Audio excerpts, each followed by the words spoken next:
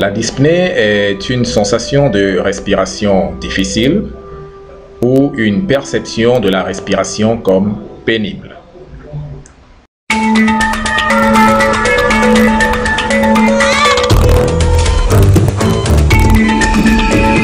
Il existe une classification dite de la NIA, New York Heart Association. Dans cette classification, nous avons 4 stades de la dyspnée.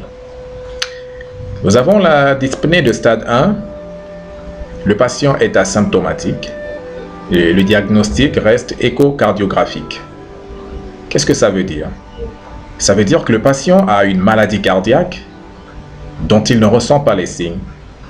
Ce n'est qu'après échocardiographie qu'on se rend compte, qu'on découvre que le patient a une maladie cardiaque. Nous avons ensuite le stade 2 de la dyspnée. C'est une dyspnée pour des efforts physiques importants. Lorsque le patient fait une marche rapide, lorsque le patient fait une marche en côte, il se sent essoufflé. C'est la dyspnée de stade 2. Nous avons ensuite le stade 3. La dyspnée survient pour des efforts minimes, entravant ainsi l'activité quotidienne du patient. Le patient a du mal à s'habiller. Pour les femmes, elle a du mal à préparer. Elle a du mal à porter son bébé. Pour les hommes, souvent, on a du mal à se raser. Bref, le patient est essoufflé au moindre effort. C'est le stade 3. Et nous avons le stade 4, qu'on appelle dyspnée de repos. C'est une dyspnée permanente. C'est-à-dire que le sujet, qu'il soit au repos, qu'il soit en pleine activité physique, il est essoufflé. Et généralement, ces derniers, lorsqu'ils viennent vous voir, ils sont très essoufflés. C'est-à-dire, lorsqu'ils viennent consulter, vous constatez vous-même, ils sont très essoufflés. La fréquence cardiaque est très élevée et c'est le stade 4 de la dyspnée.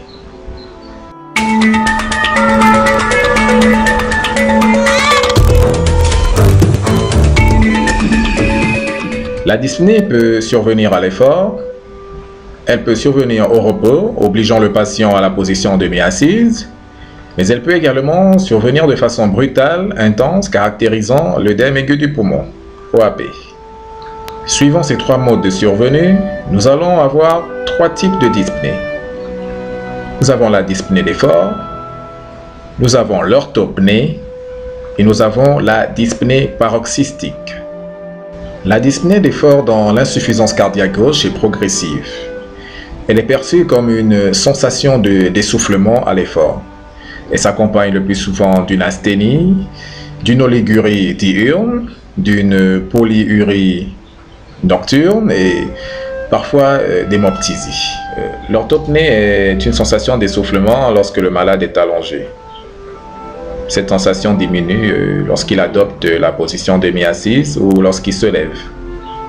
C'est un signe plus grave que la simple dyspnée d'effort car elle peut évoluer vers la respiration cyclique de Shenstock. La dyspnée paroxystique survient souvent de nuit dans les cardiopathies graves. Sténose mitrale, valvulopathie aortique, hypertension artérielle sévère. Elle s'accompagne généralement de toux, d'expectoration rosée, caractérisant l'œdème aigu du poumon, qui, il faut le rappeler, est la manifestation la plus dramatique de l'insuffisance cardiaque gauche. Et lorsque la dyspnée paroxystique nocturne s'associe au spasme bronchique, on parle d'asthme cardiaque.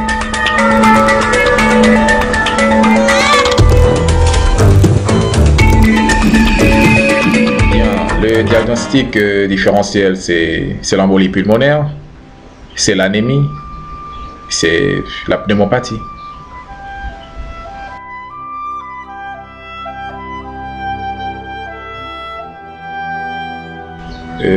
En guise de conclusion, nous allons dire que la dyspnée est un signe majeur de l'insuffisance cardiaque gauche. Mais toutes les cardiopathies peuvent se manifester par une dyspnée, et cela quel qu'en soit le stade. Il est donc important de savoir classifier la dyspnée pour apprécier le pronostic du patient atteint de cardiopathie. Il faut également mentionner que l'EAP est une urgence médicale absolue qu'il faut savoir décrire et prendre en charge sans délai. Merci.